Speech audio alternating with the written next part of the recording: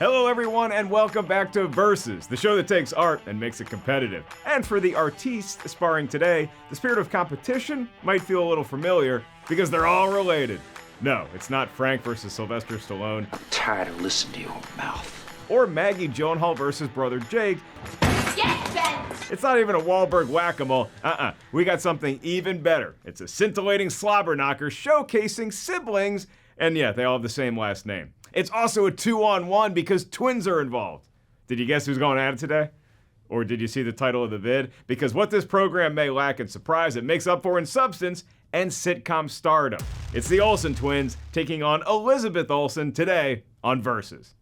In one corner, you have Mary, Kate, and Ashley Olsen, the fraternal twin stars from Full House, How the West Was Fun, and like 38 more movies. In the other corner, it's younger sister Elizabeth, who you may know from blockbusters like Avengers Endgame, Godzilla, and, okay, How the West Was Fun. She played Girl in Car. Do you know how to get to 7th Street? It's right over there, silly. But whereas Elizabeth went on to star in big-time movies where her characters are lucky enough to have a first name, Mary, Kate, and Ashley have retreated from the spotlight, but are still a force to be reckoned with. And they have more money than Goldfinger. Me, I get paid in Butterfingers to do this show. You get what you pay for. Here's how we'll determine a winner. Round 1, box office. Round 2, Tomatometer / Audience Score. Round 3, cultural influence. Round 4, iconic roles. And then we'll do a wildcard round that could involve anything from best catchphrase to coolest superpower to best costume. You know, Elizabeth's character from the MCU, Wanda Maximoff, has some pretty cool crime-fighting threads, but the Olsen twins have built themselves a fashion empire that has generated enough coin to build their own Death Star.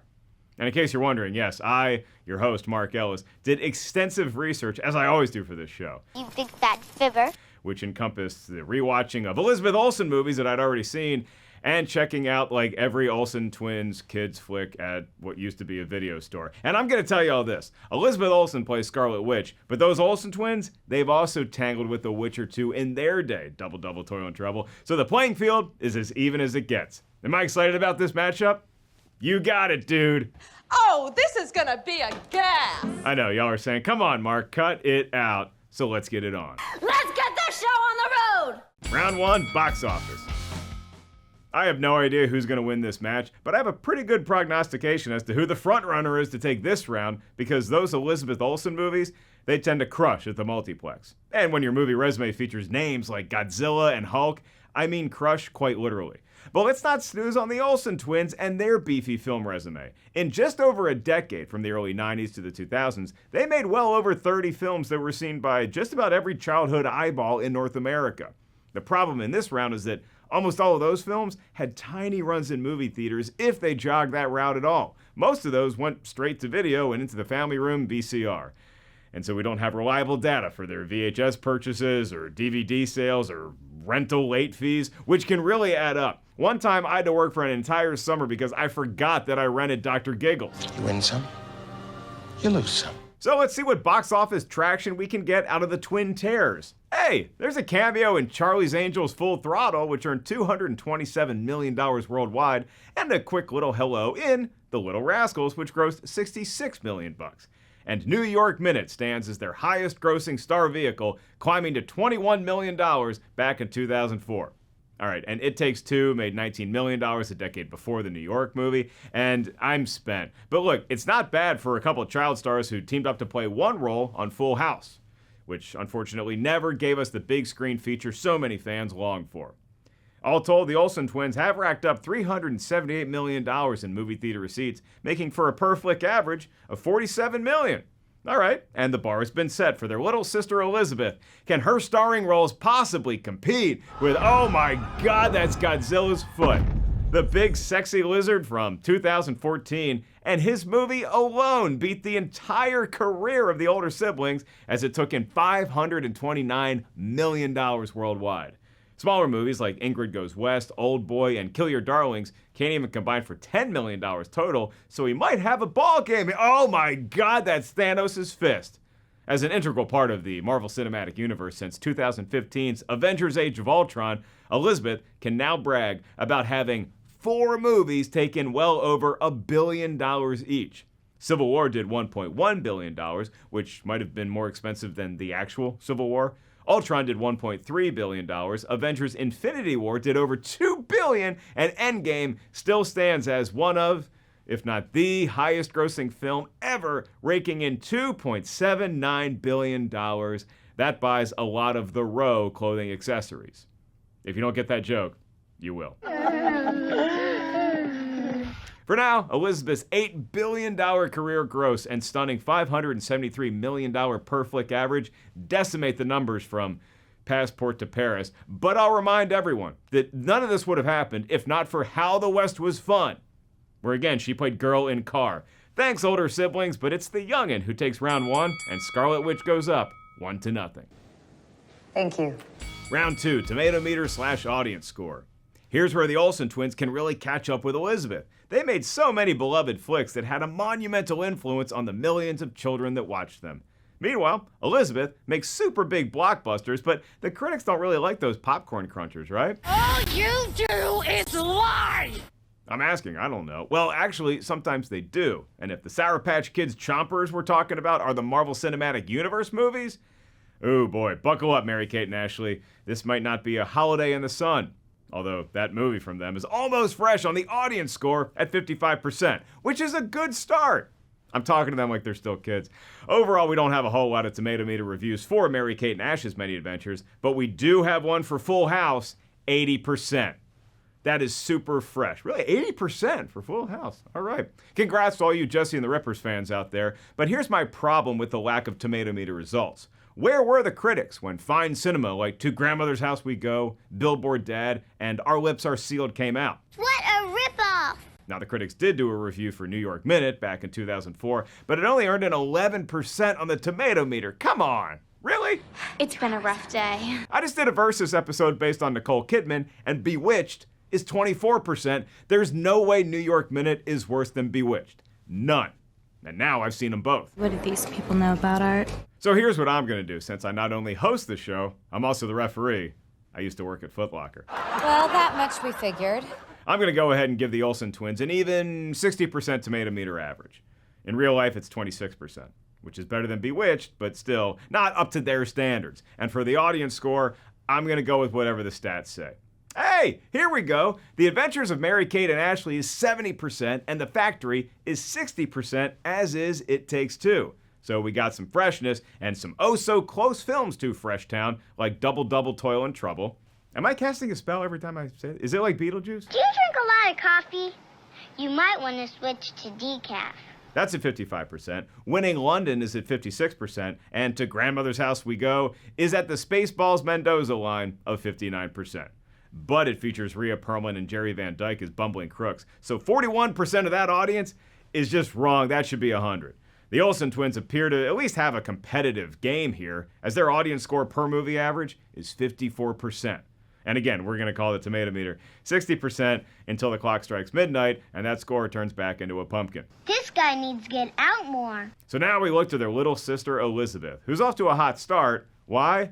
Because she was like 4 when How the West Was Fun came out, and it's at 56% on the audience score. But if the audience liked her in the Olsen twins movies, they really love her in comic book flicks. 4 of her top 5 movies here are from the MCU, as Endgame leads the pack with a 91%, and Infinity War is tied with Wind River at 90%. With Ingrid Goes West at 71% and Godzilla at 66%, it appears Elizabeth is headed for a fresh audience score average, barely 62%. All right, that's good enough to top your siblings, so now we head to the Tomatometer for the deciding vote. All is lost. It's a mixed bag, and that tosses me into a glass case of emotion. Chill. Peace, Love, and Misunderstanding was more the latter with the critics, landing with a thud at 30%. Look, I made a mistake. And Spike Lee's remake of Oldboy could only muster 39%. But Godzilla beefs up to a 74% on the Tomatometer, and Endgame heroically flies to 94%. Song fight. So Elizabeth is in Kodachrome, which is also the title of one of my favorite Paul Simon solo songs, and that's at 71%.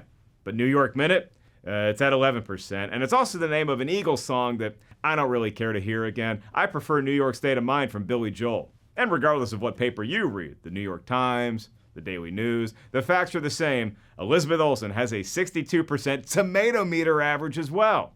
And for funsies, Elizabeth actually has the best small screen Tomatometer hit as well. Sorry for Your Loss is at 97%, and WandaVision is 91% compared to the 80% from Full House. So despite the Olsen twins crushing the role of Michelle Tanner, building a successful movie-making production house, and now being fashion icons, they find themselves in a 2-0 hole against Elizabeth Olsen.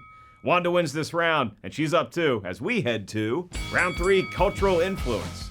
So remember how I just said that the Olsen twins were super rich and famous, and then rich again in a variety of endeavors? That's going to help them here, and they need it, because little sister Elizabeth has cast quite a spell over the MCU, and has a very bright career ahead of her. So where do we begin? At the beginning. Full House debuted in September of 1987. The Washington Commanders would go on to win the Super Bowl that season, but it was the trio of Danny, Jesse, and Joey that won our hearts, until wee Michelle hit the stage. Played by both twins to ease the workload on the precocious tykes, the quick wit and catchphrases stole scenes for the entire run of the show through its finale in 1995.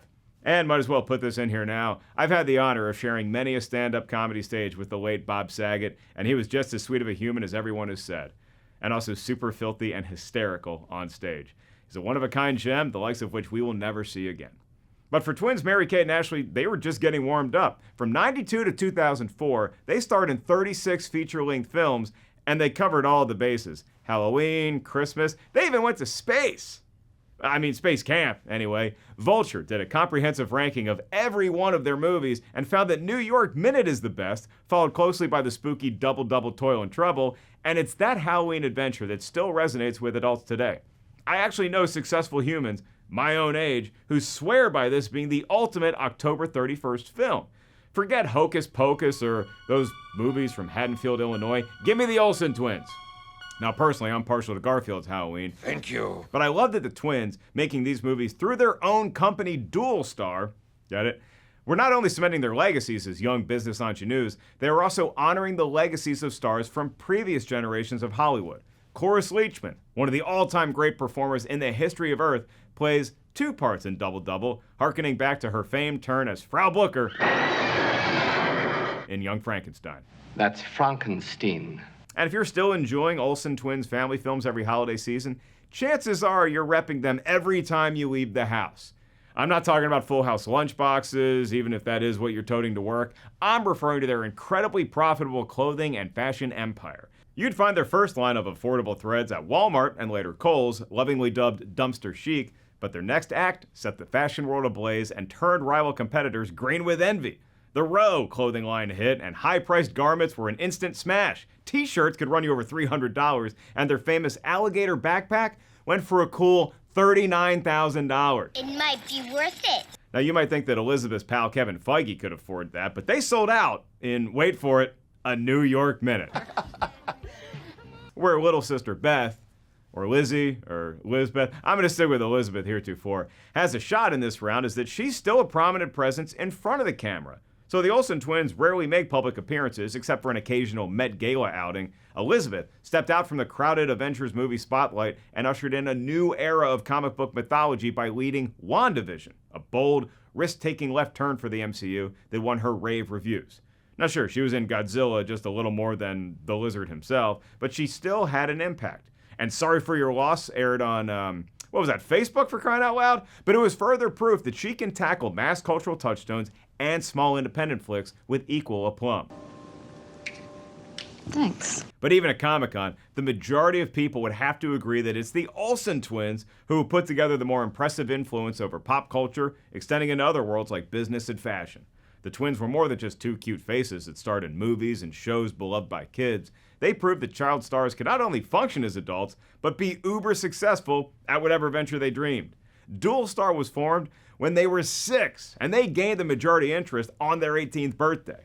Now you compare that to the very public trials and tribulations of fellow stars from Disney or film and music, and it's pretty incredible what they've been able to amass in their diversified fortunes. Hell, they're younger than me, and I dare say they have the better bank account. You got that right. Although I could totally pull off dumpster chic. Mary-Kate and Ashley, you get the win in round 3, and you're on the board, trailing 2-1. I'm fine. Round 4, iconic roles. Finally, we have a round that can actually come down to the wire. All three of these Olsens are household names, and we know their most famous characters just as well as we do the talented ladies playing the parts. Is anyone going to dispute that Michelle Tanner was the best part of Full House? Saget and Dave Coulier were there to get some PG laughs, Uncle Jesse was smoking hot, and Kimmy Gibbler had some great pop-ins, but Michelle was the scene stealer. I'm a little princess. All due respect to Candace Cameron and Jodie Sweetin and Lori Loughlin, but the Olsen twins didn't have to be fake water polo athletes to get into USC. By the time they were 18, they could have bought the entire Pac-12. Chill out, dude. For Elizabeth, her big screen career is still ascending, which is impressive, given that she's already won over hordes of fans and billions of bucks playing Wanda Maximoff, aka Scarlet Witch. Her relationship with her bro Quicksilver is one of the more emotional chords struck in Age of Ultron, as the film showcased the eye-popping abilities of both heroes. Quicksilver has blinding speed, Scarlet Witch can manipulate reality, and they both can drop their weird accents after just one movie. What happened to your accent? What happened to yours?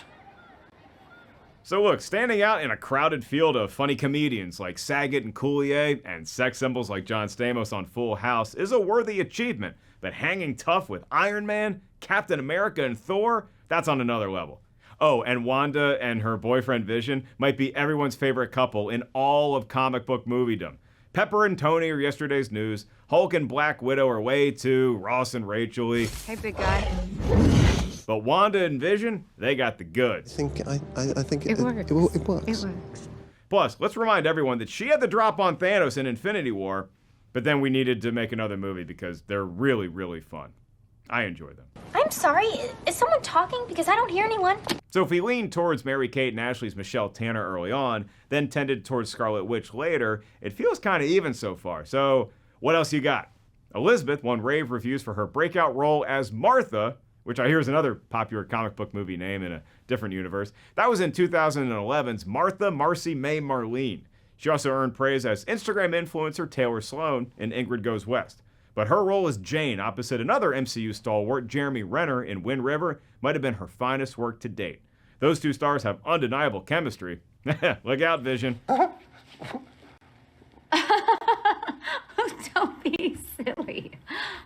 And her FBI agent character is so convincing in part because of her dedication to craft. She trained with firearms for 3 months and took self-defense combat lessons for half a year in preparation to play the part.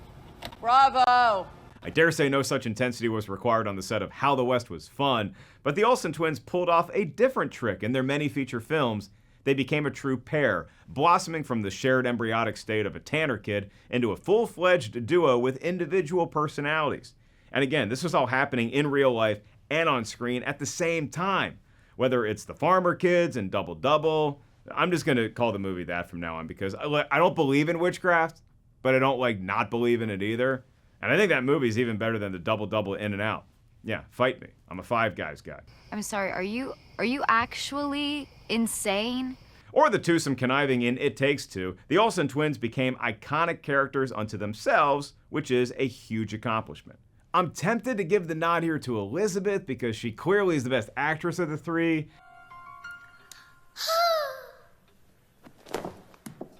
But to be fair, it could have been someone else in Godzilla, and maybe another would have done a capable job as Scarlet Witch. Yeah, I'm not sure what that's about. And she can disappear into a smaller role with ease. But come on, those twins made dozens of movies together.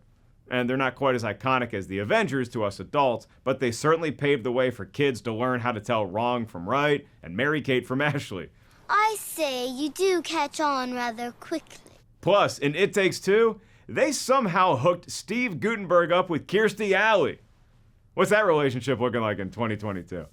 Iconic roles might be a tie, but as icons themselves, I give the win by the narrowest of margins in this round to the Olsen twins, and it's all tied up at 2-2. I don't understand what's happening. And now it's time for the Wildcard Round, and then there were none. Don't worry, there's still a final round to be had, but that title refers to the classic novel by the master of mystery, Agatha Christie. It's still a mystery as to what Ag is doing in a matchup of Olsen siblings, but here's your reveal. Our research expert Mark Hoffmeyer loves odd pairings, and he found a potent Agatha character in both the Olsen twins and Elizabeth's resume. For the fearless duo, it's Agatha from Double Double, a cruel aunt who has no intention of giving their family a much-needed loan. For Elizabeth, it's Agatha from WandaVision, the nosy neighbor who turns out to be a lot more than just a curious dweller. The name's Agatha Harkness. Lovely to finally meet you, dear. So who's the better Agatha? That will determine the winner of this round, and thus the match, but that question should be rephrased as who's the more potent dark arts dabbler? You see, they're both really into witchcraft. Agatha from WandaVision is played by Kathryn Hahn. Agatha from Double Double is played by Cloris Leachman. Two hilarious souls who have given me some of the biggest guffaws of my entire life, and now they may actually want to steal my soul. Your days, pitiful and pathetic as they are, shall be numbered. Double Double's Ag is super mean on the surface, and that's just the tip of the iceberg. She is a rare moonstone that once belonged to a powerful witch who was burned at the stake over 200 years ago. Take this all with a grain of salt because Mary-Kate and Ashley, and us the audience, are learning this all from some rando gravedigger. Smart, huh? But as legend tells it, the stone gives Ag untold power, particularly in the realm of curses, which is exactly what she used it for, to doom Sophia, her sister. Soph was about to run off and elope with her true love, but in a fit of rage and jealousy, Big Ag banished her sis to another world, trapping her in a mirror she keeps in the attic. Everybody with me so far? How is anybody doing this sober? All right, to make matters worse, remember Sophia's betrothed, the guy that loved her? Yeah, that poor sap's name is George, and he's now Agatha's butler. Ooh, the expired icing on a black licorice cake. Yuck. No sense of humor? Meanwhile, WandaVision's Agatha is a witch herself, fighting out of the Lambeau Field of Witchcraft, Salem, Massachusetts. She was such an evil entity back in the day that her own coven kicked her to the curb for getting too handsy with the dark arts spells. And I killed Sparky, too. So after chilling for a few hundred years, she senses the chaotic brand of magic harnessed by Wanda and moves into the Westview town as her ostensible neighbor. But Wilson from Home Improvement she's not. She'll stop at nothing to steal those powers, a desire that ultimately goes unquenched as Agatha is stripped of her powers and doomed to live out her days as a local Westview bumpkin. So let me get this out of the way first. I love Cloris Leachman and I love Kathryn Hahn. They're scene stealers in Young Frankenstein and Step Brothers, which are two of the funniest movies ever made. Oh, that's the most amazing thing I've ever heard. So as tough as it may be to make a call here, I'm going to look at power and fate. Both Agathas have game to spare. Cloris isn't necessarily a witch from a business card employment standpoint, but she can pull it off with that stone. Kathryn is so much of a witch that the other witches find her too witchy. I actually did bite a kid once. Now look, not all witches are bad. I've actually met many cool ones in real life and seen nice ones on the big screen. Shout out to you, Glenda. But these two are cut from a much darker cloth. And while Kathryn Hahn's Agatha is magnificent as sensing power and stealthy at hiding her own abilities, Leachman can literally banish someone to another world. She did it to her own sister, so who else do you think she knocked out with that stone? If I'm the gravedigger, I'm taking the next train out of town. As far as fate is concerned, Kathryn Hahn is relegated to a life as a regular suburban bore, which to me actually sounds great. Book clubs, Wii golf, hammock naps, there's a lot to enjoy about that pace. Okie dokie, artichoke. There ain't nothing fun about a netherworld, and that's exactly where Agatha gets trapped after the twins formulate a daring plan to rescue Sophia, who is also played by Cloris Leachman. So after that, for the dual roles, all the power, the hellacious fate, I'm giving the nod to Agatha from Double Double, Toil, and Trouble. The Olsen twins get the win in the Wildcard Round, thus emerging victorious in the match. Put her there, sister. What a comeback victory for the twins, and for Elizabeth, their younger sister. Look, I get it. I have an older sister, and she can still beat me up whenever she wants. Even though I'm like a foot taller, we have plenty of films yet to come in Elizabeth Olsen's stellar career, and while the fuel on Olsen-type twin adventures may be empty, enterprising adults have found role models in the two kiddos who used to share the responsibilities of simply saying, You got it, dude. and of course, this is all just my opinion. Now it's your turn, dear viewer. Cast your ballot by hitting me up on social media at Mark Ellis Live. Are you a big MCU honk who can't get enough Scarlet Witch? Did you grow up on the VHS tapes of Mary-Kate and Ashley? Let me know, and stay tuned to us here at Rotten Tomatoes for all the latest in the world of movies, TV, and versus matchups. Thanks for watching, everyone. I'll never cut it out. I'm Mark Ellis, and I just got a notification that my alligator backpack is being delivered today, so time for me to butt out.